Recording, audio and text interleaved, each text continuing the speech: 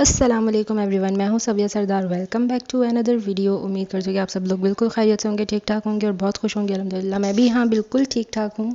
Vlog start हुआ है तकरीबन शाम के 7:30 बजे से। इस वक्त डिनर का टाइम है और आज मैंने कुछ नहीं बनाया था। आज मुझे इतनी सुस्ती आ रही थी और मेरी तबीयत इतनी डाउन थी। एक तो मौसम इतना गर्म चल रहा है आजकल, तो आज मेरे हस्बैंड कुकिंग कर रहे हैं और हम बहुत सिंपल सा खाना खा रहे हैं क्योंकि गर्मी इतनी है, वैसे ही रोटी खाने का दिल नहीं चाह रहा। तो हम लोग नूडल बनाएंगे और वो भी फ्राई नूडल। हम लोगों से मुराद यूँ है कि बस कटिंग पटिंग का काम मैंने कर दिया था मगरिब की नमाज़ से पहले। बाकी का सारा काम मेरे हस्बैंड ने किया, बॉयलिंग का तो फ्राई करने का, हर चीज़ मेरे हस्बैंड ने की। फ्राई मिन की मतलब फ्राई मिन यहाँ पर कहा जाता है, फ्राई नूडल हम लोग अपनी ही लैंग्वेज में कहेंगे। इसकी रेसिपी मैं ऑलरेडी बहुत दफ़ा अपलोड कर चुकी हूँ क्योंकि मैं बहुत दफ़ा खाती हूँ ये, हम लोग बहुत ही खाते हैं, तो इसलिए ये मैं ज़्यादा रिकॉर्ड नहीं कर सकी डिटेल में। बस जितना मैंने रिकॉर्ड किया क्योंकि मेरा वैसे आज इतना मूड अजीब हो रहा था, तो बस मैंने जितना रिकॉर्ड किया वो यही है। और हमारे नूडल तैयार हो चुके थे, तो ये मेरी प्लेट थी। इसके बाद मैंने खाए, इतने मज़े के बने थे ये। और जैसे कि मैंने पीछे बताया है कि मेरी तबीयत इतनी डाउन हो रही थी, और जब आपकी तबीयत ऐसी हो और मौसम भी ऐसा हो ना, कुछ करने का दिल नहीं चाहता, बस दिल चाहता है बंदा सोता रहे। और आज मुझे बहुत प्रिंसेस ट्रीटमेंट मिल रही है। मेरे जो हस्बैंड हैं उन्होंने पहले मुझे खाना बना के दिया और उसके बाद मेरे लिए ये वाली आइसक्रीम लेकर आए जो कि बहुत वायरल हुई हुई है आजकल। इसे यहाँ पर चाइना की आइसक्रीम बोल रहे हैं और ये बहुत ज़्यादा वायरल है कि जो भी मतलब फ्रूट शेप का ये आइसक्रीम है उसी फ्रूट का फ्लेवर इसमें है। तो वाकई ऐसे ही है। जो हम लोगों ने ये खाई तो इसमें बहुत ज़्यादा मैंगो का टेस्ट आ रहा था, ऐसा लग रहा था रियल मैंगो खा रहे हैं। तो मुझे तो बहुत अच्छी लगी, ऊपर से थोड़ी क्रंची और अंदर से बिल्कुल आइसक्रीम, तो बहुत मज़े की थी। तो फिर मैंने इसके बाद आइसक्रीम खाई, मतलब खाना वाना खाने के बाद आइसक्रीम खाई। और फिर ऐसा लग रहा था तबीयत में थोड़ी बहाली आ गई है, जान में जान आ गई है। तो फिर उसके बाद आइसक्रीम वगैरह खाने के बाद फिर मैंने जो है नमाज़ पढ़ी है ईशा की। ईशा की नमाज़ जो है मैं जितना हो सके मैं टाइम से पढ़ लेती हूँ क्योंकि अगर आपको 1 घंटा भी अगर आपने सुस्ती दिखाई ना तो फिर वो रहते रहते रहते 12 बज जाते हैं। तो यहाँ पर तकरीबन 8:15 पर ईशा की अज़ान हो रही है क्योंकि मौसम अभी गर्म है तो देर से हो रही है। तो मैं तकरीबन तकरीबन भी 8:30 बजे तक नमाज़ पढ़ लेती हूँ। नमाज़ वगैरह पढ़ने के बाद फिर मैं सो गई थी और फिर यहाँ पर हो गया है नेक्स्ट डे। जब मैं सुबह उठी तो मैंने सोचा कि जब मैं बाहर जा रही हूँ तो मैंने ये जो दरख्त है देखा कि इसमें लाल लाल जो फूल थे वो काफ़ी हद तक कम हो गए। अभी नया साल शुरू भी नहीं हुआ और इसको नया साल का पेड़ कहा जाता है और नए साल आने से पहले ही वो ख़त्म हो गया लाल लाल। और जब नया साल आ जाएगा तो थोड़े टाइम में ये जो जितना भी ग्रीन है ये सब भी ख़त्म हो जाएगा। तो इसकी सूरत हाल अभी ये है। इसके जो बराबर वाला मतलब इसके थोड़े सा बराबर वाला जो पेड़ है उसके अंदर अभी भी लाल लाल फूल हैं लेकिन इसमें ख़त्म हो गए। और इस वक्त बज रहे थे तकरीबन 8:30 सुबह के और मुझे लग रही थी बहुत ही तेज़ भूख, तो बस मैं फिर फ़ौरन नीचे ही आ गई और मैं यहाँ पर अपनी ब्रेड बनाने लग गई जिसको यहाँ मॉरिशस में कहते हैं जिपें। इस पे मैं क्या क्या लगा के खाती हूँ वो सब मैंने पिछले व्लॉग में भी आप लोगों को बताया था। अगर आपने नहीं देखा तो जाकर वो व्लॉग ज़रूर देखिएगा, मज़े की बहुत लगती है। एक तो हमारी जो है ना घर के बिल्कुल बराबर में न्यू बेकरी खुली है और वो जो जिपे बनाते हैं ना, मतलब मुझे अब तक की बेस्ट जिपे उनकी लगती है। मेरा दिल चाहता है कि मैं मज़ीद खाऊं लेकिन इतना इजाज़त नहीं देता पेट कि आप और खाएं।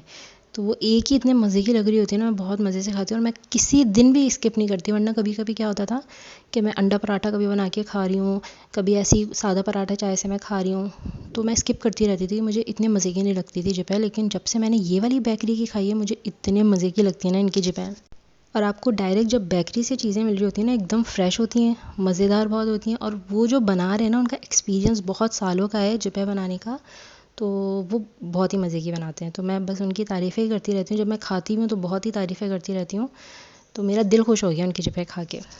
बस यहाँ पर मेरा नाश्ता ऑलमोस्ट रेडी हो चुका है। अब मैं निकालूंगी चाय। चाय मैं बहुत ही गर्म पीती हूँ, मैं बिल्कुल 2-3 मिनट की भी ठंडी चाय नहीं पीती। बस चाय जैसे ही चूल्हे से उतरे बस वो मेरे कप में आ जाए मैं पी लेती हूँ। ये सेम आदत मेरे अब्बू की भी ऐसी थी, वो भी बहुत गर्म पीते थे और मुझे भी बहुत ही गर्म चाय चाहिए। तो अगर 5 मिनट भी किसी ने चूल्हे से निकाल के रख देना मैं वापस उसको गर्म करूँगी। भले मैं 2 मिनट के लिए गर्म करूँ लेकिन मुझे इतनी ही गर्म चाय पीनी होती है।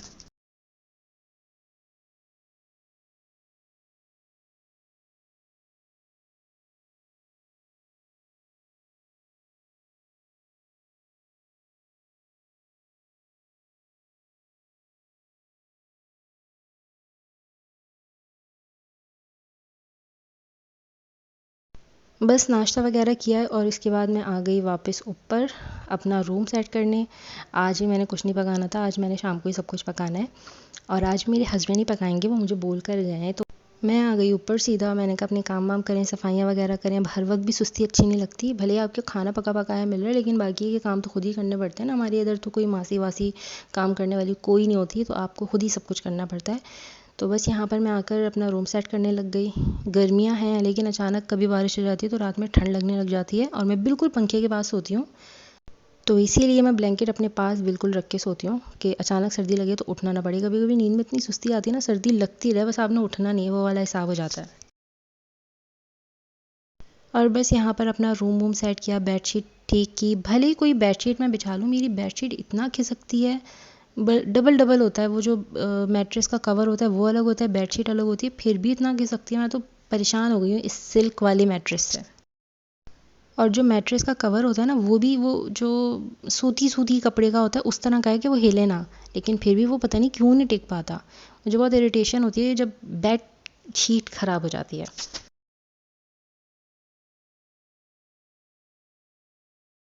और बस उसके बाद मैंने कुछ भी व्लॉग शूट नहीं किया और उसके बाद डायरेक्टली शाम को शूट हो रहा है। यहाँ पर जो है बीफ जो है वो यहाँ पर हमने पानी में भिगो के उसके अंदर विनेगर डाल के रख दिया, आधे घंटे के लिए आराम करेगा ये इसके अंदर और फिर हम पकाते हैं। तो आगे मैं आपको बताती हूँ सारी रेसिपी, क्योंकि मैंने लाइव रिकॉर्ड किया था। और अब हमने इस इधर तेल गरम रख दिया है और मेरे हस्बैंड जो है गोश्त को धोने गए जो कि विनेगर में भीगा हुआ था। तेल शदीद गरम हो चुका है, आ जाएं। यहाँ पर बन रहा है बीफ बोटी और यहाँ मैं बना रही हूँ करेले। अब इसको गरम तेल में हम अच्छी तरह से फ्राई करेंगे, थोड़ा कच्चापन इसका ख़त्म हो जाए तब तक। हमारी इस डिश का भी कोई नाम नहीं है, अभी हम इसका नाम रखेंगे। और अब इसके अंदर हमने कुटा हुआ धनिया डाल दिया है, इसको मिक्स करेंगे। लहसुन अदरक कौन डालेगा? अच्छा बनेगा। और अब इसकी सूरत हाल कुछ ऐसी है, इसको अच्छी तरह भूनना है ताकि ये तेल छोड़ दे अपना। ठीक है, ज़ोर से बोलें।